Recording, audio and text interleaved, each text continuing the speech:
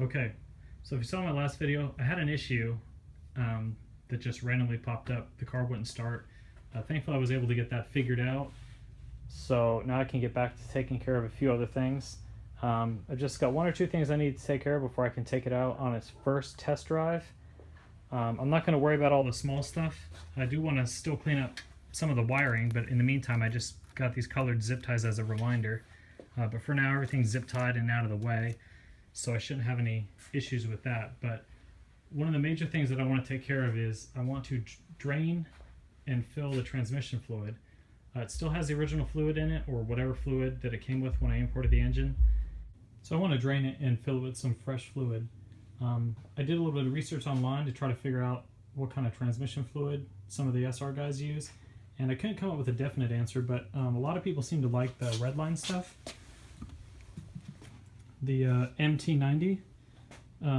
I've never used this in any of my cars before. If you guys have SRs and you guys use this stuff, I guess let me know how you like it. It seems to be, most people seem to really like this stuff, so went ahead and just got a couple quarts of it. I'll put it in and see how I like it. But otherwise, once the transmission fluid is filled and flushed, I think I could probably take it for its first test drive.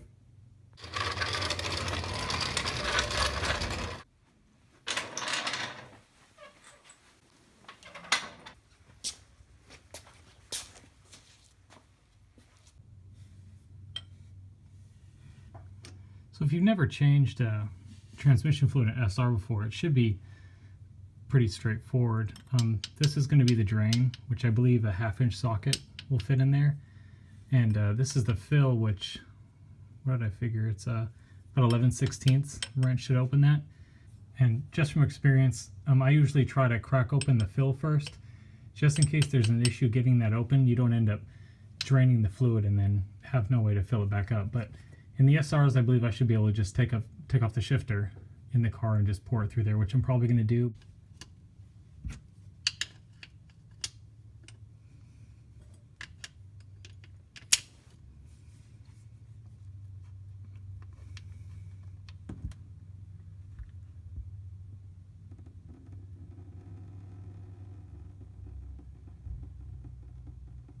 It's the first time I've cracked open the transmission. Probably should have done it when it was out of the car, but I would imagine this is probably a normal amount of debris. And here's the drain plug. I've got it off the car, cleaned it up a little bit, wiped off the metal shavings. Still looks like it's in pretty good condition, but I don't know if you can tell in the video, it's definitely been wrenched on a bunch of times.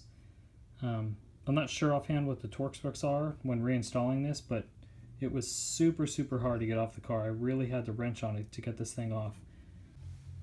So I had to ditch the 1/2-inch ratchet and use this 1/2-inch bar here, along with taking half of the jack handle, just to have enough leverage to crack this drain plug. So instead of using the fill on the transmission, I'm just going to go the lazy way and take the shifter off. If you did the SR swap yourself, you probably did this to get the motor and training to the car, but if not, just get a pair of these, pull that snap ring off, and it's pretty easy. It's definitely a lot easier with a funnel.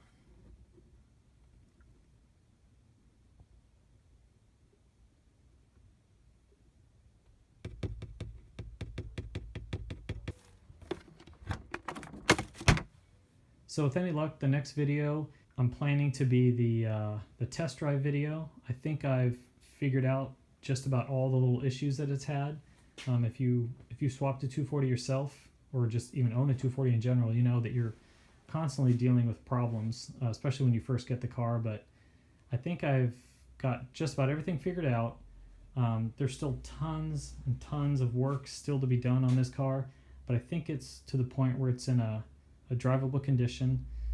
I've driven it up and down the street a few times just to kind of feel it out and see what's going on, but otherwise I think I'm ready to take it on a real test drive. So again, that's going to be my next video, and I'm looking forward to actually driving this thing.